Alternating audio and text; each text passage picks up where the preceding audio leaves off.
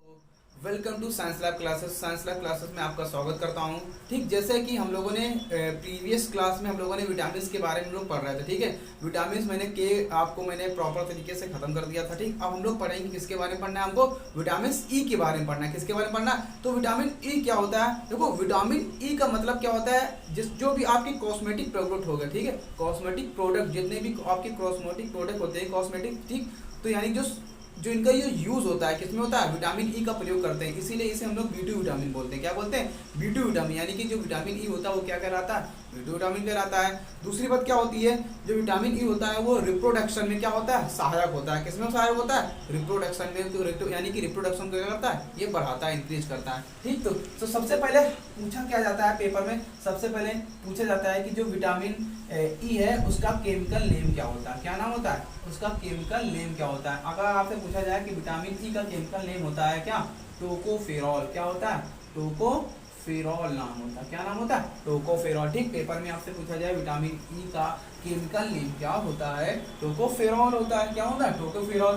दूसरी बात क्या होती है, ये क्या करता है, हमारी स्किन में ग्लो देता है। क्या देता है? ग्लो देता है। ठीक है, यानी कि स्किन को क्या करेगा, ग्लो देगा। तो इसलिए हम लोग और इसे क्या बोलेंगे, बी2 विटामिन बोलेंगे। कौन सी विटामिन है ये भाई? बी2 विटामिन। आपसे पूछा जाए बी2 विटामिन किसे कहते हैं, विटामिन ई को कहते हैं। ठीक है, किसको कहते हैं? विटामिन ई को कहते हैं। ठीक, अगर आपसे पूछा जाए अगर हमारे शरीर में विटामिन ई की कमी हो जाती है तो हमें क्या क्या लेना चाहिए, कौन कौन से ऐसे खाद्य पदार्थ लेने चाहिए। ठीक है, तो देखो, तो अगर इसके आपसे पूछा जाए सोर्स क्या होते हैं, ठीक, सोर्स क्या होंगे, जैसे आपसे खाली हमने क्या क्या खाना चाहिए, हमें कॉड लीवर ऑयल लेना चाहिए। ठीक, क्या लेना?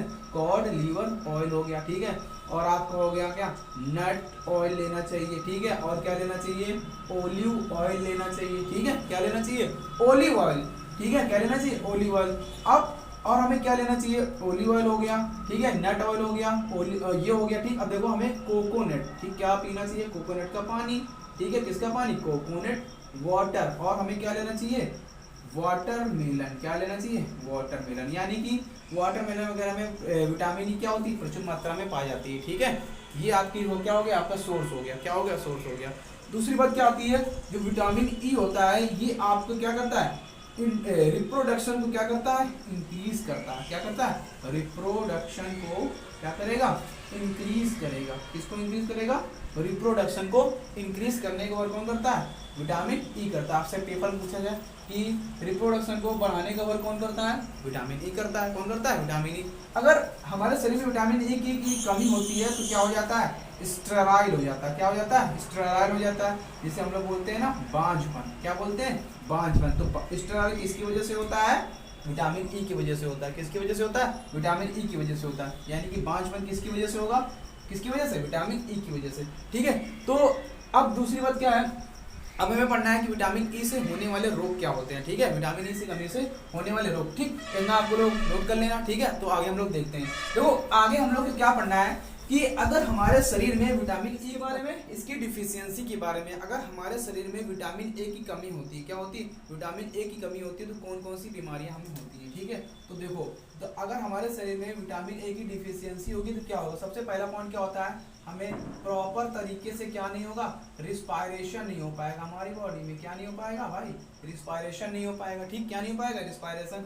और हमारी बॉडी में प्रॉपर क्या नहीं होगा, डाइजेशन नहीं हो पाएगा। क्या नहीं होगा, डाइजेशन। ठीक है, क्या नहीं होगा, डाइजेशन नहीं हो पाएगा बॉडी में। क्या नहीं होगा, डाइजेशन नहीं होगा। ठीक, ये दोनों बीमारियां भी होती हैं। दूसरी बात क्या आती है, हमारी बॉडी में जो फ्री ऑक्सीजन होता है, क्या होता है, फ्री ऑक्सीजन। ठीक है, क्या होता है, हमारी बॉडी में जो फ्री ऑक्सीजन होता है, इनसे दो प्रकार की बीमारियां होती हैं। ठीक, फ्री ऑक्सीजन से तो सबसे पहला क्या होती है, ये हमारी आई के पास अटैक करती है। किसके अटैक करती है, आई के पास। और आई की सेल को क्या करती है, डैमेज करती हैं। जब आई की सेल को डैमेज करेंगी तो इससे एक बीमारी होती है, क्या बोलते हैं इसे, कैटरैक्ट। क्या बोलते हैं, कैटरैक्ट। कैटरैक्ट को क्या पढ़ते हैं हम लोग, मोतियाबिंद हो जाता है।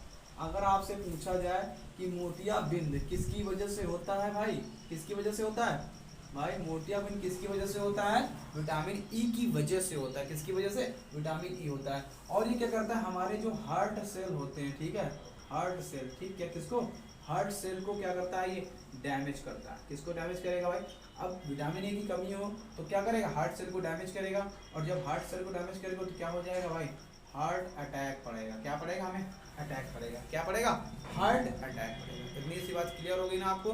ठीक, इतनी सी बात आपको समझ में आ गई होगी। अगर हमारे चैनल पे आप नए हो तो कृपया चैनल को सब्सक्राइब कीजिए और इसे शेयर भी कीजिए और इसे लाइक कीजिए। ठीक है, सब्सक्राइब तो जरूर ही कीजिए। ठीक है, तो देखो दूसरी बात क्या आती है अब इसके बाद, इसका प्रभाव और कहाँ पड़ता है? इसका प्रभाव हमारी स्किन पे भी पड़ता है। किस पे पड़ता है? स्किन पे पड़ता है। अगर इसका प्रभाव स्किन में पड़ेगा, ठीक है, इसकी कमी से देखो तो क्या होगा, हमारी स्किन जो होगी ना वो उसमें आ जाएगा ड्राइनेस पन आ जाएगा।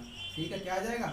ड्राइनेस, यानी कि तो शरीर का जो हिस्सा होगा वो क्या हो जाएगा? ग्लो नहीं होगा, यानी कि नो ग्लो, यानी कि शरीर में चमक नहीं रहेगी, यानी कि झुर्रियाँ टाइप की पड़ जाएंगी शरीर में, यानी कि क्या पड़ जाएंगी? रिंकल्स। क्या निकल आएंगे शरीर में? रिंकल्स निकल आएंगे। ठीक, क्या निकल आएंगे? रिंकल्स पड़ जाएंगे, झुर्रियाँ पड़ जाएंगी, ठीक, दाने निकल आएंगे। यानी कि प्रॉपर बॉडी जो होगी, यानी कि जो अडल्ट एज होगी वो ऐसा लगेगा कि वो बॉडी कैसी होगी? ओल्ड एज की होगी। ठीक है, यानी कि जो पूरी जो सेल होंगी धीमे धीमे क्या हो जाएंगी? डैमेज होना शुरू हो जाएंगी। क्या हो जाएंगी? हमारी बॉडी की जो सेल होंगी वो धीमे धीमे डैमेज होना शुरू हो जाएंगी। ठीक, इसीलिए, ठीक है, विटामिन ई को, इसीलिए विटामिन ई को हम लोग क्या बोलते हैं? ठीक, एंटी ऑक्सीडेंट विटामिन। ठीक, क्या बोलते हैं? Anti oxidant vitamin. क्या पढ़ते हैं? एंटी ऑक्सीडेंट विटामिन बोलते हैं। जो एंटी ऑक्सीडेंट विटामिन होता है वो क्या करता है? इन पे अटैक करता है और इनको रोकता है। ठीक, क्या? यानी कि ड्राइनेस होने से रोकता है और रिंकल होने से रोकता है। ठीक है, इसीलिए स्किन पे ग्लो लाने के लिए लोग क्या लगाते हैं?